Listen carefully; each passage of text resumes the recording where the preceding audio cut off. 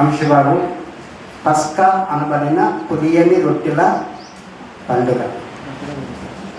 ప్రభు అయినటువంటి యేసు శరీరంగా ఉన్నటువంటి దినాల్లో ఆయన శిష్యులైన వారితో కలిసి ఆయన పస్కా అనేటువంటి పులియని రొట్టెల పండుగను ఆచరిస్తూ ఆ క్రమాన్ని శిష్యులైన వారికి తెలియజేసినటువంటి విధానం మనం ఈ దినాన్న ఈ పాటల ద్వారా మనం కొన్ని మాటలు చూద్దామండి.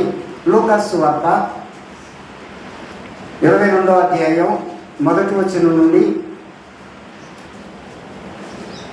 6వ వచనం వరకు చదువుకుందాం.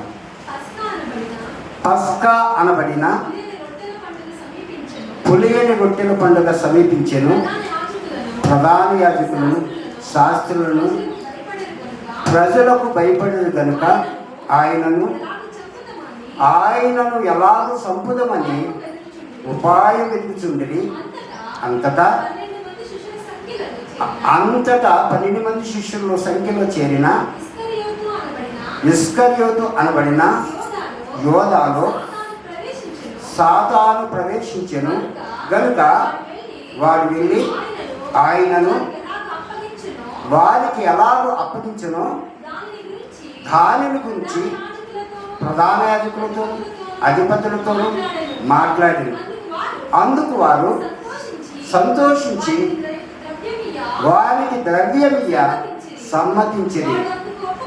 అందుకు ఒప్పుకొని జనసమూహము లేనప్పుడు ఆయనను వారికి అప్పగించుటకు తగిన సమయం వెతుకుచుండేను. చాలండి, చూడండి పిల్లలు, ఇక్కడ మనకి ఇస్కరియోతు యోధా అనేటువంటి వ్యక్తి కనబడుతున్నాడు. అలాగే ప్రభు అయినటువంటి యేసు ఆయన శిష్యులు 12 మందిలో ఒకడైనటువంటి ఇస్కరియోతు యోధా అనేటువంటి వ్యక్తి ఇక్కడ ఈ సందర్భం లూకాసు సువార్త 22వ అధ్యాయం 1 నుండి 6వ వచనం వరకు మనం చదివితే పస్కా అనబడిన పులియని రొట్టెల పండుగను ఆచరించడానికి ఆయన శిష్యులతో కలిసి ఆయన బయలుదేరినప్పుడంట ఈ యోధ అనేటువంటి వ్యక్తిలో సాతాను ప్రవేశించింది. ఆయనతో కలిసి ఆయనతో ఉంటూ ఆయనతో పాలుభాగస్తుడై ఉన్నటువంటి యోధాలో సాతాను ప్రవేశించిన తర్వాత ఆయన మనస్సు వేరైనట్లుగా, ఆశ వేరైనట్లుగా, తలంపు వేరైనట్లుగా, ఉద్దేశం వేరైనట్లుగా ఇక్కడ దేవుని వాక్యంలో మనకు కనబడుతుంది. అయితే ప్రభువుని ఎప్పటి నుంచో ప్రధాన యాజకులు పెద్దలు ఏం చేయాలనుకుంటున్నారంట? ఆయన పట్టుకుని బంధించి చంపాలనుకుంటున్నారంట. అయితే ఎప్పుడు చూసినా కానీ ఆయన చుట్టూ ఎవరు ఉంటున్నారంటే జనసమూహం ఉంటున్నారు. జనసమూహం ఉంటున్నారు కనుక ప్రజలు అలర్ట్ చేస్తారని ప్రజలకు భయపడి వారు ఏం చేస్తున్నారంటే ప్రభువుని పట్టుకోలేక, ప్రభువుని బంధించలేక, ప్రభువుని ఏమాత్రం కూడా స్వాధీనపరచుకుంటే ఈ ప్రజలందరూ ఎక్కడ మరి మన మీద వ్యతిరేకంగా ఉంటారో అని వారికి భయపడంట మౌనంగా ఉంటున్నారంట.